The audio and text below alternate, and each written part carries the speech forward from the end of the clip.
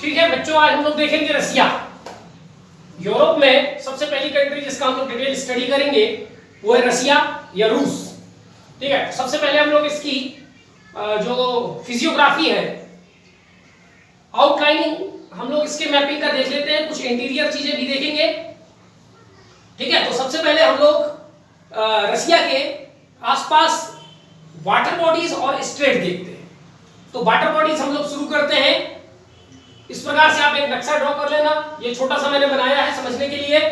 यहां पर बेरिंग सी, ठीक, ये कारा सी, उसके बेरिंग सी कारा सी के बीच में ये कोला पेनिनसुला है और कोला पेनिनसुला के नीचे व्हाइट सी है। ठीक है, ये WS लिखा हुआ है जिसका मतलब है व्हाइट सी।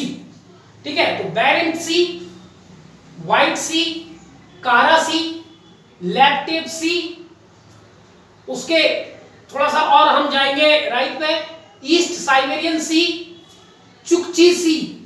ठीक है, तो ये सारे सी आपको लेफ्ट टू राइट अरेंज करना है, तो आपको मालूम होना चाहिए। ठीक है, एक बार फिर से हम लोग देखते हैं, बेरिंग सी, व्हाइट सी, कारा सी, लेफ्टेप सी, ईस्ट साइबेरियन सी, चुकची सी। ये सारे जितने भी सी हैं, इसके ऊपर है आर्कटिक ओशन, तो ये आर्कटिक ओशन के भाग हैं ये जितने सी हैं। ठीक है, चुकची सी और यहां पर है ये बेरिंग सी। ठीक है, इधर ये रसिया है और इधर रसिया के उस तरफ फिर अमेरिका का अलास्का वाला पार्ट शुरू हो जाता है। तो ये जो यहां पर है बेरिंग स्ट्रेट, ये 180 डिग्री जो हमारा इंटरनेशनल डेट लाइन है उसके पैरेलल है। ठीक है, हम पहले भी पढ़ चुके हैं इसको। ये है बेरिंग स्ट्रेट। बेरिंग स्ट्रेट चुकची सी को बेरिंग सी से जोड़ती है।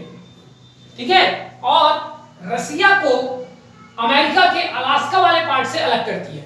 ठीक है, यहां तक रसिया खत्म हो जाता है, इसके जस्ट बाद अलास्का शुरू हो जाएगा यूएसए का। ठीक, तो ये बेरिंग स्ट्रेट बहुत इंपॉर्टेंट है, आपको ध्यान रखना है।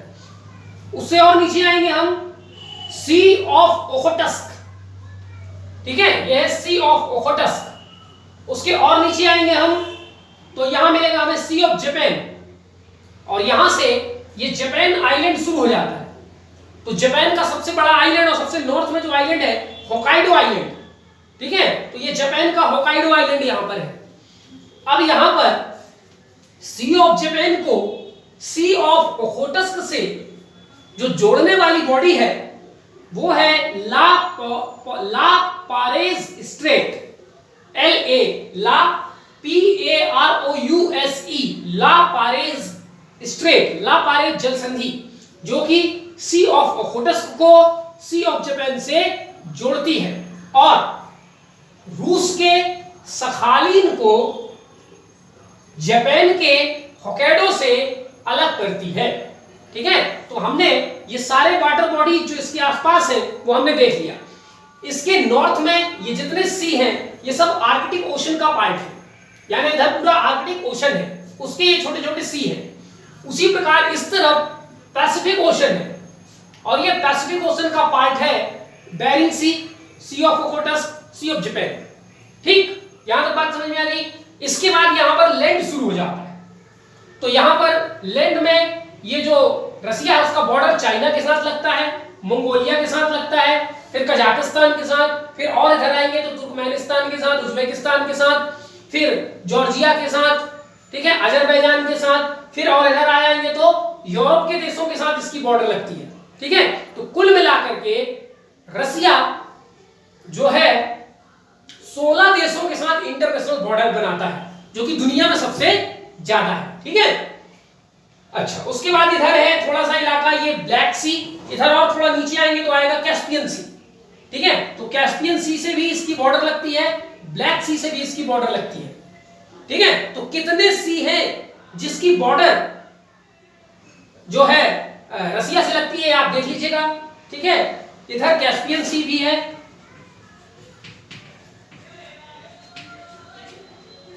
तो ये सारे सी आपको राउंड द क्लॉक मालूम होने चाहिए कि कैसे कैसे आगे बढ़ने पर सी मिलते हैं। ठीक है, कंट्रीज आपको ध्यान रखना है, चाइना, मंगोलिया, कजाकिस्तान, और भी आप एटलस में बारीकी से देख लीजिएगा कितने देशों के साथ ये अपना लैंड बॉर्डर शेयर करता है और कौन कौन से सी के साथ इसके बॉर्डर लगते हैं। ठीक, तो ये सारी जानकारी यहां पर हो गई। इसके बाद हम लोग देखते हैं कुछ इंपॉर्टेंट लेक्स। ठीक, तो सबसे इंपॉर्टेंट लेक है रसिया में, ये लिखा हुआ है एलबी। एलबी यानी लेक बैकाल, यहां पर फुल फॉर्म लिखा होगा एलबी का, ये है एलबी, लेक बैकाल। ठीक, ये दुनिया की सबसे गहरी झील है, फ्रेश वाटर लेक है, लेक बैकाल। दूसरा इंपॉर्टेंट है लेक लडोगा, ये है लेक लडोगा मॉस्को के पास। ठीक, और दूसरा ये लिखा हुआ है एलओ, एलओ का मतलब है लेक ओनेगा। ठीक, तो ये हमने वाटर बॉडीज कंप्लीट करी। अब हम देखते हैं माउंटेन्स, कौन कौन से माउंटेन्स हैं। तो सबसे पहले यहां पर हम देखते हैं जो रसिया और मंगोलिया के बॉर्डर से लगता हुआ एक माउंटेन है एएम। एएम का मतलब है अल्टाई माउंटेन, ये अल्टाई माउंटेन बड़ा मिनरल रिच है ये। ठीक है, काफी विभिन्न प्रकार के खनिज यहां पर मिलते हैं। तो ये एएम अल्टाई माउंटेन जो रसिया और मंगोलिया दोनों जगह पाया जाता है। ये यूएम यूराल माउंटेन, ये यूराल माउंटेन है जो कि यहीं से यूराल नदी भी निकलती है। तो ये जो यूराल माउंटेन है ये रूस को दो भागों में बांटता है, यूरोपियन रूस और एशियन रूस। तो यूराल माउंटेन के इधर वाला जो पार्ट है वो यूरोपियन रूस कहलाता है और इधर वाला जो पार्ट है वो एशियन रूस कहलाता है। ठीक है, चलिए, तो ये यूराल माउंटेन है। इसके बाद ये है एसएम, सयान माउंटेन, सबके फुल फॉर्म लिखे होंगे एसएम, ये सयान माउंटेन है। फिर ये है एसआर, एसआर का ये फुल फॉर्म यहां पर लिखा हुआ है स्टेनोबॉय रेंज। ये वीएम वर्खोयान्स्क माउंटेन, ये वीएम लिखा हुआ है वर्खोयान्स्क माउंटेन। ठीक, तो ये 1 2 3 4 5 ये 5 इंपॉर्टेंट माउंटेन्स हो गए। ठीक, अब हम देखते हैं कुछ प्लेन इलाका। ये जो WSP लिखा हुआ है यूराल माउंटेन की ठीक बाद वेस्ट साइबेरियन प्लेन, साइबेरिया का पश्चिमी मैदान। ठीक है, वेस्ट, ये पूरा इलाका यहां से लेके यहां तक ये साइबेरिया है, ये पूरा। तो इसको तीन भागों में बांटा जाता है, West Siberian plain, central Siberian plain और ये ईस्टर्न साइबेरियन प्लेन। ये पूरा, यानी अगर हम इस पूरे को डॉट डॉट कर दें इस प्रकार से, ये पूरा मैदानी इलाका है। ठीक है, मैदानी इलाका, बर्फीला है, ठंडा इलाका है। यहाँ विभिन्न प्रकार के जो मिनरल्स हैं, खनिज पदार्थ हैं, वो यहाँ पर पाए जाते हैं। ऑयल और नेचुरल गैस से बहुत रिच है साइबेरिया का इलाका रसिया में। ठीक, तो ये West Siberian plain, central Siberian plain, eastern Siberian plain, यानी कुल मिलाकर ये साइबेरिया का मैदान है। ठीक है, चलिए, और अब हम देखते हैं इसमें कुछ इंपॉर्टेंट जो फीचर्स हैं। तो यहां पर ये पेनिनसुला केपी, ये लिखा हुआ केपी यानी कोला पेनिनसुला, इसके ठीक बाद जो है फिनलैंड शुरू हो जाएगा। तो ये कोला पेनिनसुला, इसी कोला पेनिनसुला पे रूस का बहुत इंपॉर्टेंट सिटी लिखा हुआ है, लोकेटेड है मुरमांस्क। ठीक है, मुरमांस्क एकमात्र आइस फ्री पोर्ट है। ठीक है, और वो भी अटलांटिक में जो बहने वाली करंट्स हैं अटलांटिक ओशन में, उसके कारण ये मुरमांस्क जो है, एक नॉर्वेजियन करंट यहां पर बहती है जिसके कारण ये, या जो भी करंट है, ध्यान नहीं आ रहा मुझे, देख लीजिएगा करंट कौन सा है, उसके कारण एक गर्म जलधारा बहती है जिसके कारण ये मुरमांस्क आइस फ्री पोर्ट होता है। तो ये कोला पेनिनसुला, ये है एनजेड। ठीक है, एक आइलैंड यहां पर बड़ा लंबा चौड़ा लोकेटेड है। एनजेड का फुल फॉर्म है, हम लोग यहां पर देख लेंगे, नोवाया जेमालिया। ठीक है, या एक आइलैंड है नोवाला जेमालिया। फिर ये है बाईपी यामल पेनिनसुला, ये लिखा हुआ बाईपी यामल पेनिनसुला। ठीक, और भी कई छोटे छोटे पेनिनसुला है लेकिन हम उस पर नहीं जाएंगे।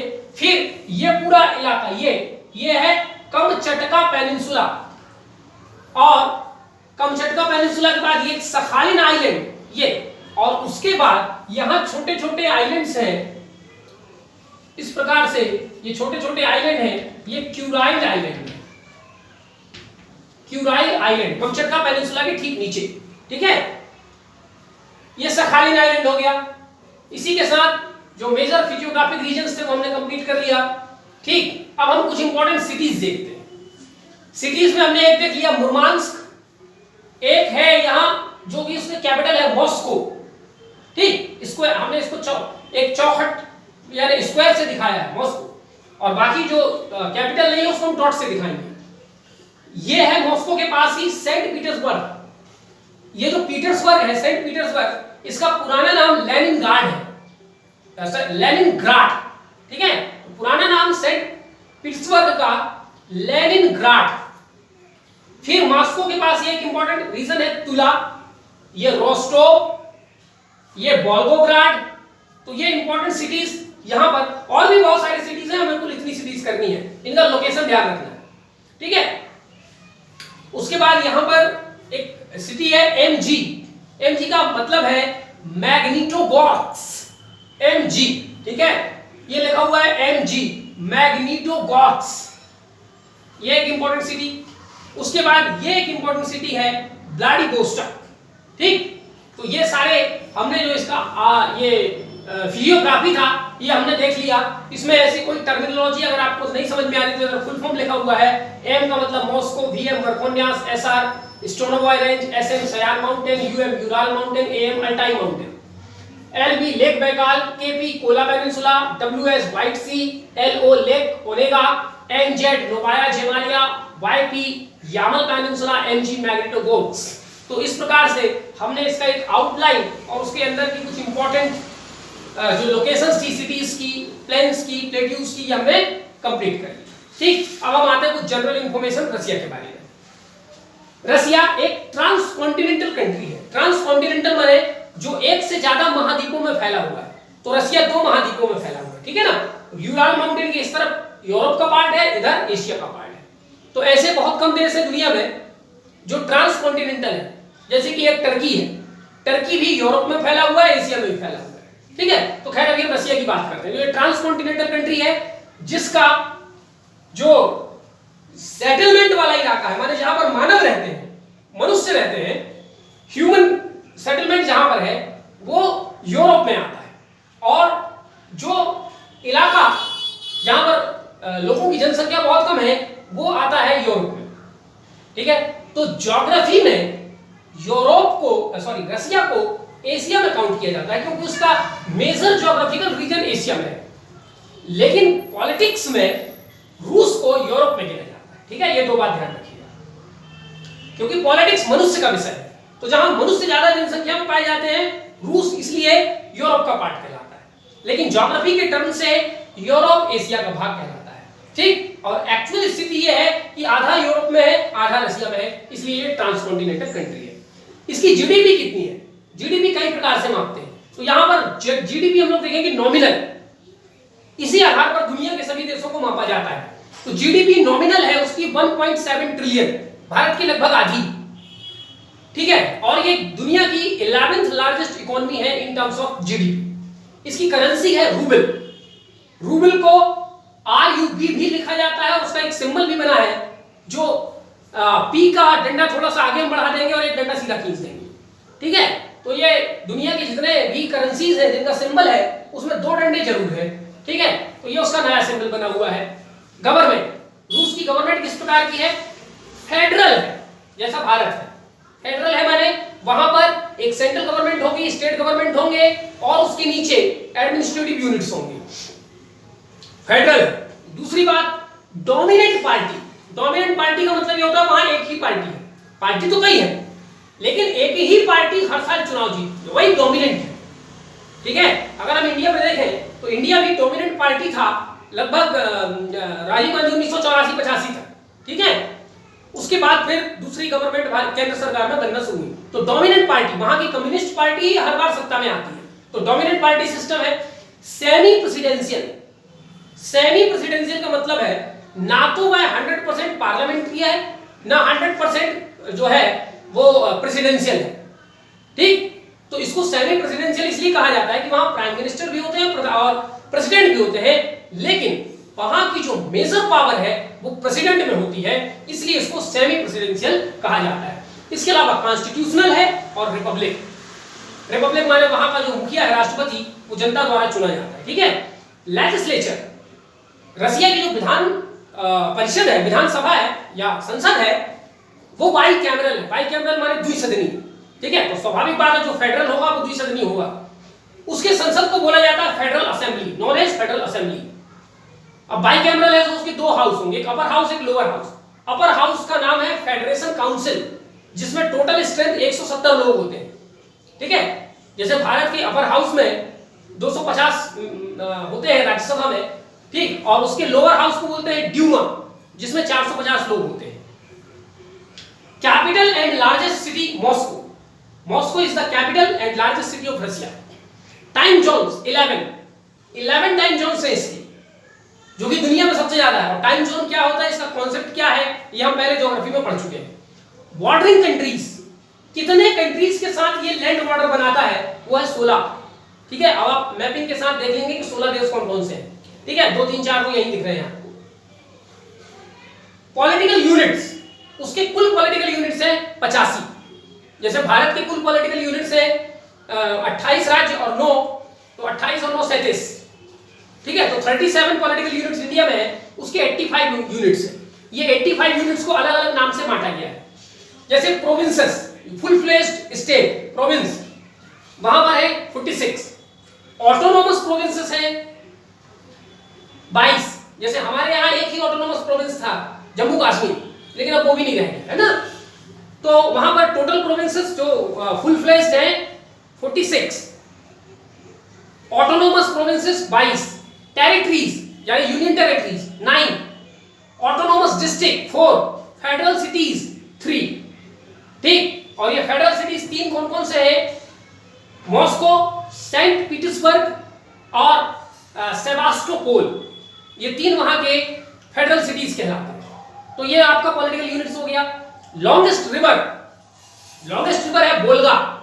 ठीक है, हम लोग नेक्स्ट वीडियो में इसकी लेंथ और डिटेल देखेंगे। Volga is the longest river not only of Russia but whole Europe. ठीक है, बोल्गा यूरोप की ही नहीं, रशिया की नहीं, पूरे यूरोप की सबसे लंबी नदी है। फॉरेस्ट कवर, जो फॉरेस्ट कवर है रशिया में लार्जेस्ट इन द वर्ल्ड, पूरी दुनिया में सबसे ज्यादा फॉरेस्ट कवर रशिया में पाया जाता है। ये हम जब फॉरेस्ट पढ़ रहे थे तो भी वहां पर हमने देख लिया है। Second largest after Amazon rain forest in terms of CO2 sink. रूस में जो जंगल पाए जाते हैं वो अमेज़न रेन फॉरेस्ट वाले जंगल के बाद दुनिया में दूसरे स्थान पर सबसे ज्यादा कार्बन डाइऑक्साइड एब्सॉर्ब करने वाले फॉरेस्ट है। ठीक है, hence called lungs of Europe. इसलिए रूस के जो जंगल है, जो पूरे साइबेरिया इलाका में जंगल पाया जाता है, उसको यूरोप का फेफड़ा कहा जाता है, लंग्स ऑफ यूरोप।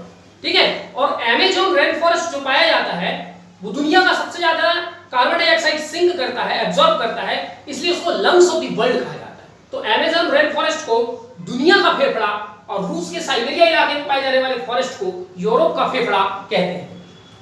ठीक है, फेफड़े का मतलब यह है कि जैसे हमारा जो फेफड़ा है, ठीक, वो कार्बन डाइऑक्साइड एब्सॉर्ब कर लेता है, ठीक है, और फिर उसको बाहर निकाल देता है हमारे शरीर से।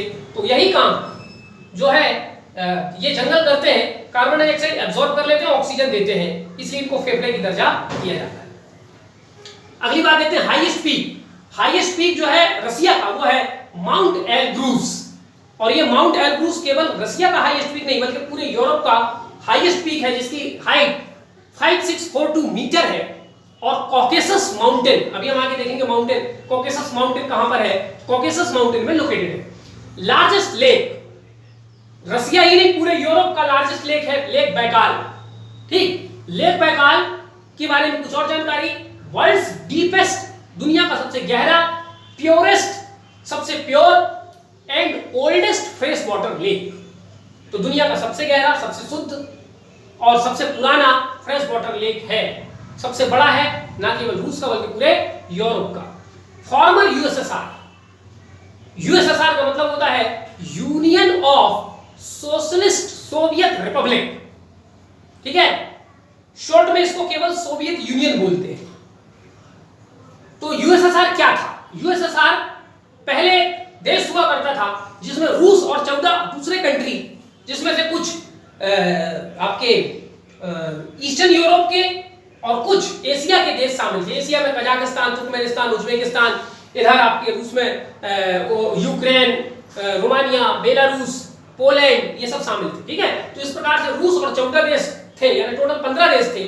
इन 15 देशों को पहले यूएसएसआर कहा जाता था, लेकिन 1991 में इस यूएसएसआर का डिसइंटीग्रेशन हो गया और पूरे 15 देश अपने अपने अलग अलग हो गए, ठीक है, जिसमें सबसे बड़ा देश है रूस। तो 1991 में यूएसएसआर का डिसइंटीग्रेशन हो गया। Now all the former USS countries except Baltic countries are part of CIS. जब 1991 में ये यूएसएसआर टूट गया तो रूस ने अपने पुराने साथियों के साथ मिलकर के एक अंतरराष्ट्रीय संगठन बनाया जिसका नाम है CIS, Commonwealth of independent states, CIS, ठीक है। लेकिन इसके जो पुराने साथी थे रूस को मिलाकर के वो टोटल 15 थे, 3 ने मना कर दिया, बोले हम इसमें सीआईएस में शामिल नहीं होंगे। वो 3 कौन से थे? Baltic states. और बाल्टिक स्टेट क्या है हम पिछले वीडियो में पढ़ चुके हैं, ठीक है।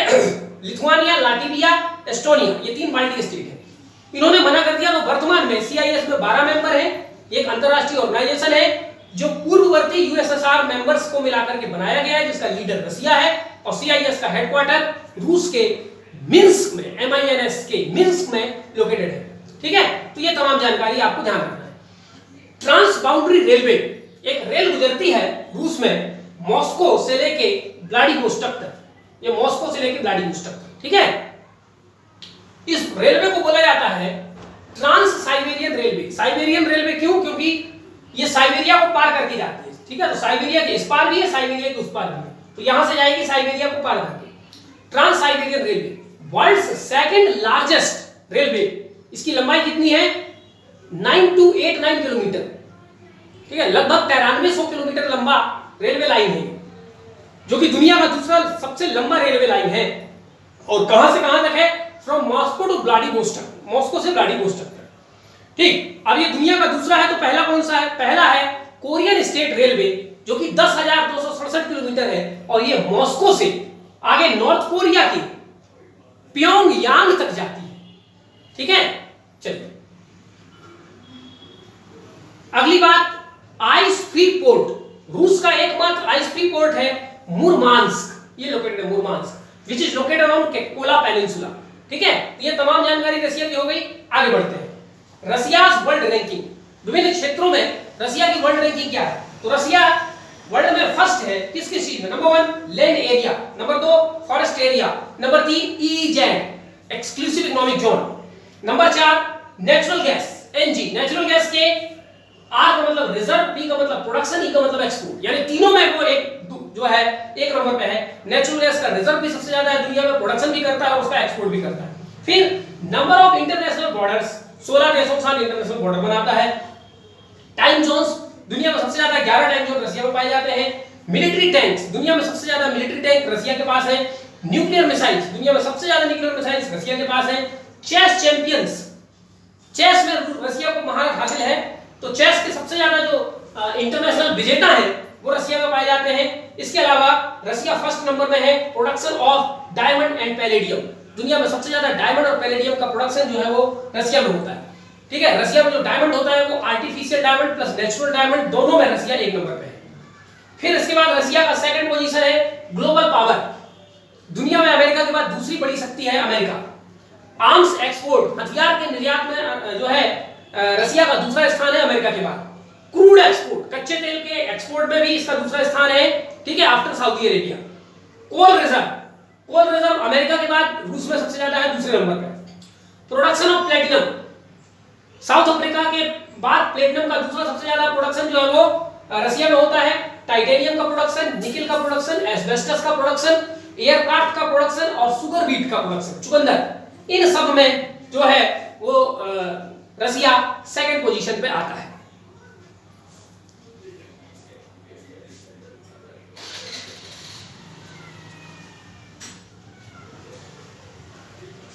फिर रसिया में की वर्ल्ड में थर्ड रैंकिंग है production of iron ore, gold, land, petroleum and potato, यानी आयरन ओर के प्रोडक्शन में लौह अयस्क, गोल्ड के, लैंड माने सीसा, पेट्रोलियम और पोटैटो यानी आलू, इनके प्रोडक्शन में वर्ल्ड में तीसरी रैंकिंग है रसिया की। फोर्थ रैंकिंग है REM, REM माने रेयर अर्थ मेटल्स, हम लोग पहले पढ़ चुके हैं इसको। रेयर अर्थ मेटल के रिजर्व में, प्रोडक्शन में नहीं, रेयर अर्थ मेटल के रिजर्व में रसिया का चौथा स्थान है, ठीक है।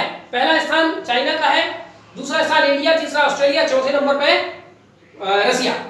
ठीक, और टोटल सेल्स प्रोडक्शन यानी खाद्यान्न, वीट और राइस, ये सब मिलाकर के जो टोटल सेल्स बनता है उसके टोटल प्रोडक्शन में चौथे नंबर पे है। पहले नंबर पे चाइना, दूसरे नंबर पे इंडिया, तीसरे नंबर पे रसिया, तीसरे नंबर पे यूएसए और चौथे नंबर पे रसिया। टोटल खाद्यान्न उत्पादन। फिफ्थ नंबर पे है जीडीपी, ट्रिपल पी के टर्म्स।